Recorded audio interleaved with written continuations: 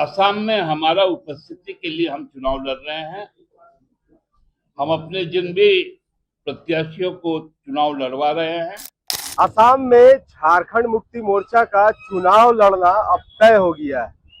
लगभग पिछले एक महीना से यह कयास लगाया जा रहा था कि झारखंड मुक्ति मोर्चा असम में चुनाव लड़ेगी या नहीं लड़ेगी, और लड़ेगी तो किसके साथ लड़ेगी।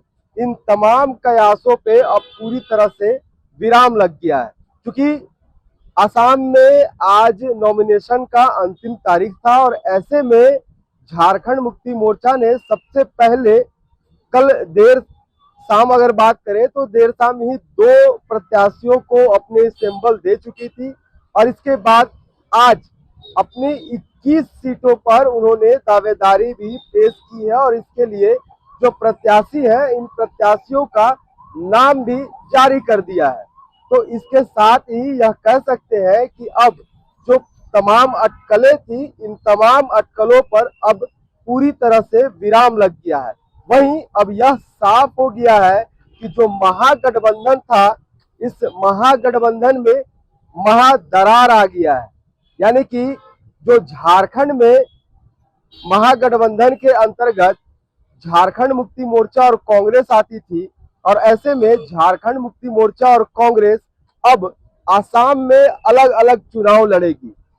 जिन 21 सीटों पर झारखंड मुक्ति मोर्चा ने अपना उम्मीदवार उतारा है उसमें सबसे मुख्य तौर पर अगर 3 सीटों की बात करें तो 3 सीटों पर सीधे कांग्रेस से टक्कर होगी। वहीं जो वर्तमान में जो विधायक हैं वो बीजेपी की तरफ से है। तो इन तमाम चीजों को लेकर जब झारखंड मुक्ति मोर्चा से पूछा गया तो आप किसे टक्कर देंगे असम में, बीजेपी को या कांग्रेस को, तो सुनिए क्या कहा सुप्रियो भट्टाचार्य ने।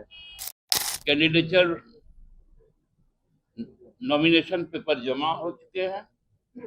अब आगे के दिनों में हम अपने कार्यक्रम के साथ आसाम की जनता के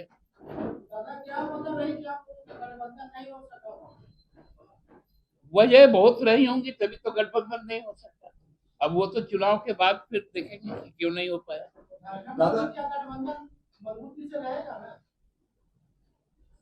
हम तो चुनाव पूर्व के गठबंधन है, तो चुनाव तक तो है।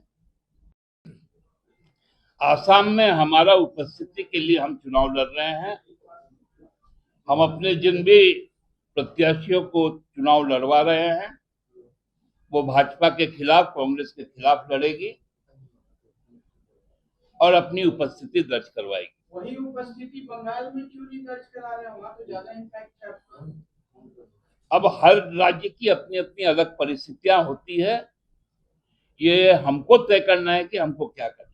बंगाल तो आपका ग्रेटर झारखंड का हिस्सा रहा है, फिर भी वहां नहीं लड़ रहे। चुनाव लड़ना ही कि चुनाव लड़ना होता है। स्ट्रेटेजिकली चुनाव को बहुत तरह से देखा जाता है। दादा, आसाम में झारखंड मुक्ति मोर्चा के चुनाव लड़ने से किसको फायदा होगा? बीजेपी को, कांग्रेस को? आसाम झारखंड मुक्ति मोर्चा।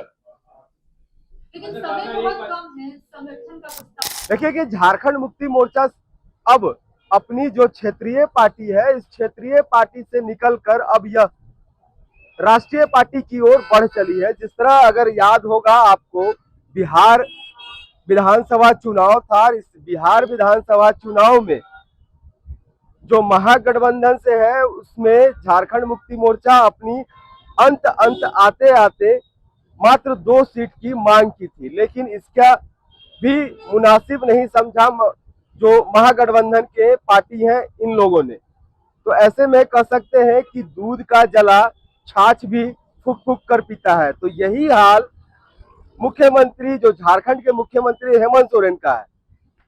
हेमंत सोरेन इस बार पूरी तरह से छाछ को फूक कर पिया है, यानी कि कह सकते हैं कि इस बार जो कांग्रेस से है, कांग्रेस से पूरी तरह से कन्नी कटा ली है और अकेले मैदान में वहां उतरे हैं असम में।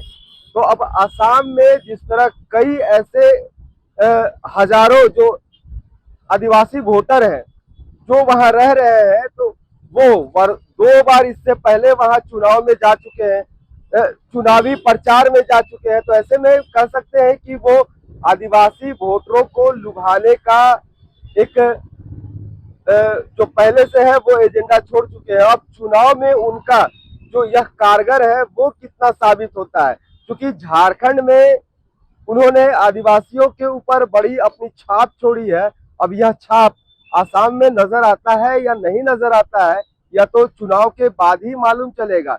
लेकिन जिस तरह प्रत्याशियों का जो उतारने का जो है वो ज्यादातर ऐसे सीटों पर उतारा गया है जो रिजर्व सीट है। तो इन रिजर्व सीटों पर कितना हेमंत सोरेन का प्रभाव पड़ पाता है वहां के लोगों पर, यह तो समय ही बताएगा। फिलहाल के लिए मुझे दीजिए इजाजत। नमस्कार, शुक्रिया। अगर आपको हमारा ये वीडियो अच्छा लगा तो इसे लाइक करें, शेयर करें और हाँ, सब्सक्राइब करना ना भूलें।